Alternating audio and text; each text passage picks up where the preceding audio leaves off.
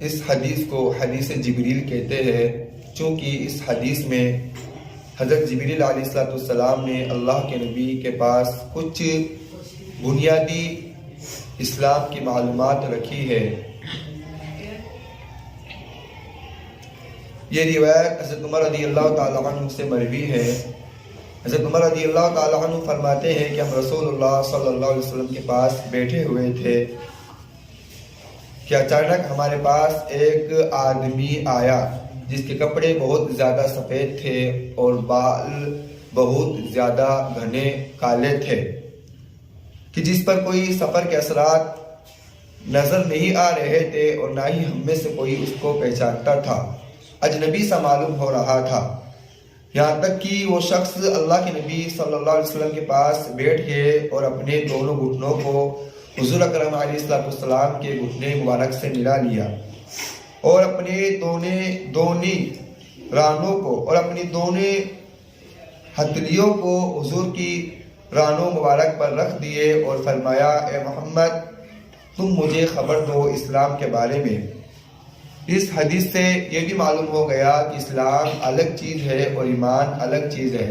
ایمان کہتے ہیں جو چیز باطنی چیز سے تعلق رکھتی ہے، یعنی کہ قلبی تصدیق اور اعتقاد سے تعلق رکھتی ہے، اور اسلام کہتے ہیں ظاہری چیز کو، یعنی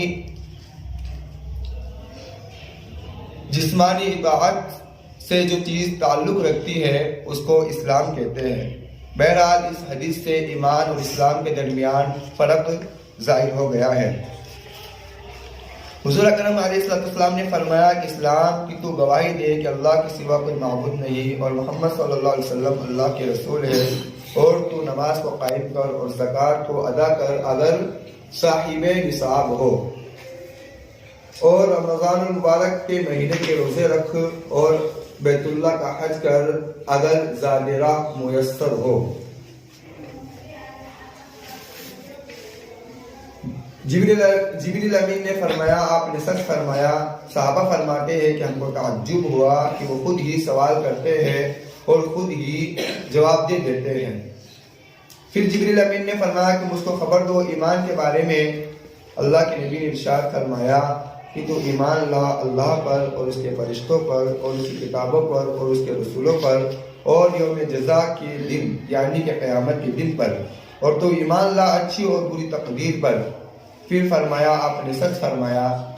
پھر فرمایا جبریل امین نے کہ مجھ کو خبر دے احسان کے بارے میں، یا احسان سے مراد اخلاص ہے۔ اللہ کے نبی نے فرمایا کہ تو اللہ کی عبادت کر اس طرح جیسے کہ تجھے اللہ پاک دیکھ رہے ہیں۔ اگر تیرے اندر یہ کیفیت پیدا نہ ہو تو یہ کیفیت ضرور پیدا ہونی چاہیے کہ تو اللہ پاک تجھے دیکھ رہے ہیں۔ پھر فرمایا جبریل نے کہ مجھ کو خبر دیا قیامت کے بارے میں۔ اللہ کے نبی نے ارشاد فرمایا کہ جس سے سوال کیا جا رہا ہے، یعنی سائل قیامت کے متعلق زیادہ جانتا ہے، یعنی میں اتنا ہی جانتا ہوں جتنا آپ اس کے بارے میں علم رکھتے ہیں۔ پھر جبریل امین نے فرمایا کہ تم مجھ کو خبر دو اس کی علامات کے بارے میں، یعنی قیامت کی علامات ظاہر فرمائے۔ حضور نے فرمایا کہ جب باندیا اپنے آقاؤں کو یا مالکوں کو جننے لگے اور تو دیکھے کہ ننگے برہنہ مفلس اور فقیر بکریاں چرانے والے جب عیش و عشرت میں زندگی بسر کرنے لگے، یعنی کہ وہ اونچی اونچی بلڈنگیں بنانے لگے، تو سمجھ لینا قیامت قریب ہے اور دنیا اپنی آخری مرحلے سے گزر رہی ہے۔ پھر عمر فرماتے کہ میں چند ہی دیر ٹھہرا کہ اللہ کے نبی نے مجھ سے پوچھا، اے عمر کیا تم جانتے ہو یہ سائل کون تھے؟ عمر رضی اللہ نے فرمایا کہ نہیں، اللہ اور اس کے رسول زیادہ جانتے ہیں۔ اللہ کے نبی نے ارشاد فرمایا کہ وہ جبریل تھے جو تمہارے پاس تمہارے دین کی تکمیل یعنی بنیادی چیزیں تمہیں سکھلانے کے لیے آئے تھے۔ اس کو مسلم نے روایت کیا ہے۔